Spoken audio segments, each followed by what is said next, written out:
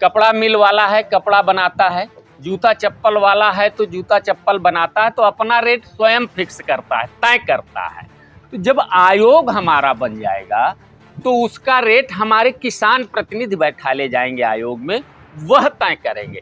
MSP गेहूं में कितनी होनी चाहिए ये तय किसान का काम है, सरकार का काम नहीं है। सरकार नहीं जानती कि किसान को क्या क्या लागत लगती है, बीच में कितना पैसा लगता है, कितना खाद लगता है, कितनी सिंचाई लगती है, कितना लेबर लगता है और कितना जुताई बुआई में खर्चा होता है। वो सब जब हम जोड़ते हैं तो परिस्थितियां ये हैं कि जो एमएसपी सरकार द्वारा दी जाती है तो नो प्रॉफिट नो लॉस में चला जाता है। मतलब कि जितनी लागत हमने लगाया बस लागत ही वापस आ पा रही है हम लोगों को, प्रॉफिट नहीं हो पा रहा।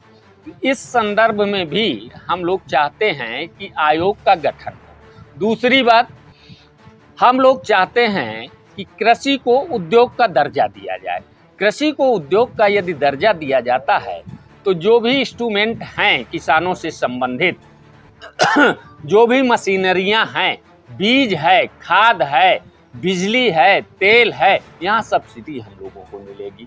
और जब सब्सिडी मिलेगी और उद्योग का दर्जा दिया जाएगा तो वहाँ पर हम लोगों को अधिकार मिल जाता है अपना एमएसपी तय करना। हमारे पार्टी द्वारा हर प्रांत में, जैसे बिहार है तो बिहार में Bihar first Bihari first vision दिया गया है। उस विजन में ये जितने प्रश्न हैं इन सभी का समाधान हमारे उस विजन में है, बिहार फर्स्ट बिहारी फर्स्ट में। जैसे झारखंड का चुनाव होने जा रहा है, वहाँ एनडीए के हम सहयोगी दल हैं, हमको एक सीट मिली हुई है चतरा। वहाँ पर हमारे आदरणीय नेता चिराग पासवान जी कल नामांकन में भी थे, बहुत बड़ी सभा हुई है। पूरे झारखंड की जनता, दलित, मजदूर, वंचित, शोषित और हर जाति धर्म के गरीब तबके के लोग अपना नेता मान रहे हैं, अपना रहनुमा मान रहे हैं हमारे नेता आदरणीय चिराग पासवान जी को। और देखिए, आप सोशल मीडिया में देख रहे होंगे आप सभी लोग कि कितनी बड़ी भीड़ थी और पानी भी बरस रहा था, तब भी जनता टस से मस नहीं हुई है। सर, अभी आप चर्चा कर रहे थे क्राइम, साइबर क्राइम जो बढ़ रहा है उसके लिए आप लोग क्या रोकथाम के लिए प्लान कर रहे हैं सर? हम लोग सभी साथियों से कि साइबर क्राइम जिस तरह से बढ़ रहा है तो नेट में जाकर जैसे क्राइम रिपोर्टर हो गए, आप लोग सलाह देते हैं। और पुलिस क्राइम टीम होती है जिसे एसटीएफ, हमारे यहाँ यूपी में एसटीएफ गठित की गई है। और एडीजी क्राइम है, क्राइम का अलग से एडीजी बैठा हुआ है उत्तर प्रदेश में। इनकी वेबसाइट में जाकर कि इन्होंने क्या क्या सुझाव पब्लिक को दिया है, उन सुझावों को हम लोग पाम्पलेटों के माध्यम से, पोस्टरों के माध्यम से और होर्डिंगों के माध्यम से प्रचार करके आम किसान, आम जनमानस को जागरूक करने का काम करेंगे। जी, आप कह रहे थे कि जो किसानों को सुविधाएं मिल रही है जी, तो बीच में दलाल आके उसको मिसगाइड करते हैं, तो उन दलालों के लिए आप क्या रोकथाम कर रहे हैं? भारत सरकार और प्रदेश सरकारों द्वारा किसानों के लिए विभिन्न तरह की योजनाएं चला रखी हैं। कारण है कि बहुत सारे किसान ऐसे हैं, जैसे मुफ्त में बीज दिया जाना। बीज उद्यान विभाग होता है और कृषि विभाग होता है प्रदेशों में। तो उद्यान और कृषि विभाग के सामंजस्य से जैसे केले का बीज दिया जाता है, वो क्या कहते हैं, आलू का बीज दिया जाता है, और जैसे पेड़ पौधे दिए जाते हैं, फ्री में व्यवस्था, उसके खाद और रख रखाव का खर्चा भी दिया जाता है। तो मूंग का दिया जाता है, अच्छे प्रजाति की मूंग, अरहर अच्छी प्रजाति की, अच्छे प्रजाति के धान, अच्छे प्रजाति के अरहर, सबका बीज मुफ्त में दिया जाता है। सरकारें निश्चित करती है जो भी, जैसे इस पीरियड में रबी और खरीफ के फसल में, तो रबी की फसल हो गई, गेहूं आदि की फसल हो गई, और खरीफ की धान से संबंधित फसल हो गई, मूंग हो गई, उड़द हो गई, ये चीज़ें खरीफ की फसलें हैं, अरहर हो गई।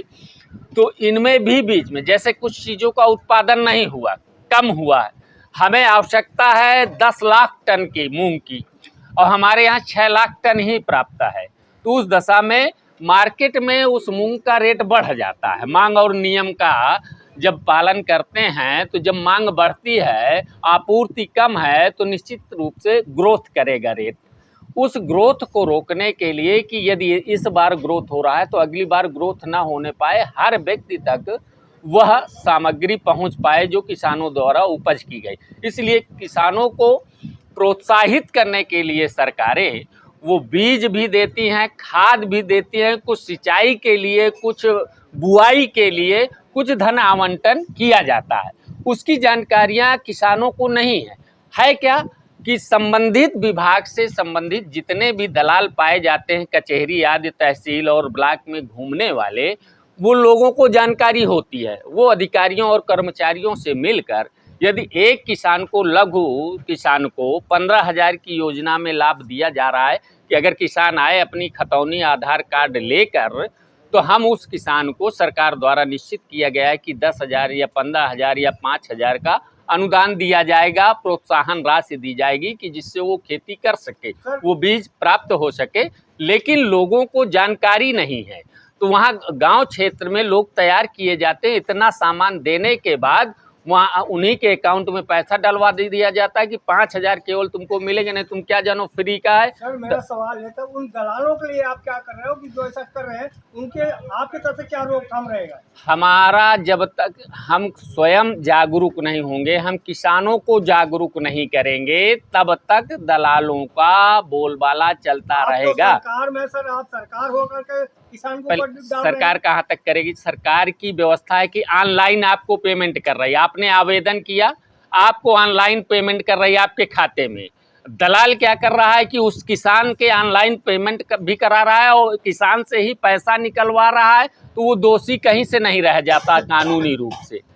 इसलिए उस किसान को जागरूक होना पड़ेगा कि ये हमारे अधिकार का पैसा है, ये हमारे अधिकार का बीज है, ये हमारे अधिकार का खाद है। तो उस किसान को जागरूक होना होगा।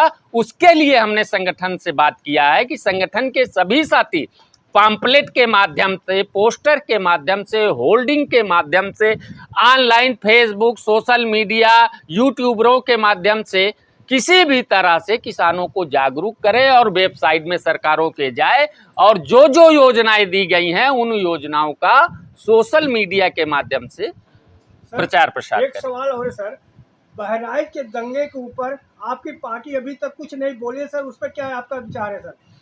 नहीं, देखिए हमारी पार्टी का स्पष्ट मामला है, धर्म पर न जाति पर, समझ रहे हैं ना, हम लोग सभी की बात करते हैं। दंगा का जो भी प्रकरण है वहाँ के प्रदेश अध्यक्ष आदरणीय के.बी. भारती जी हैं, उनका प्रतिनिधि मंडल भी गया हुआ है। उन्होंने राष्ट्रीय अध्यक्ष जी को रिपोर्ट भी सौंपी है। राष्ट्रीय अध्यक्ष जी के उसके व्यस्तता के कारण हम लोगों से, क्योंकि उत्तर प्रदेश के हम भी रहने वाले हैं, हम लोगों से मीटिंग नहीं हो पाई है आदरणीय राष्ट्रीय अध्यक्ष जी द्वारा इसके साथ, और ना ही प्रदेश अध्यक्ष से तारतम्य हम लोगों जनता को उनके ऊपर छोड़ रखा है। आप नहीं, वहाँ की कानून व्यवस्था एनडीए की सरकार है, योगी आदित्यनाथ जी वहाँ पर मुख्यमंत्री है और पूरे देश में उनसे कुशल शासक कोई भी मुख्यमंत्री नहीं है।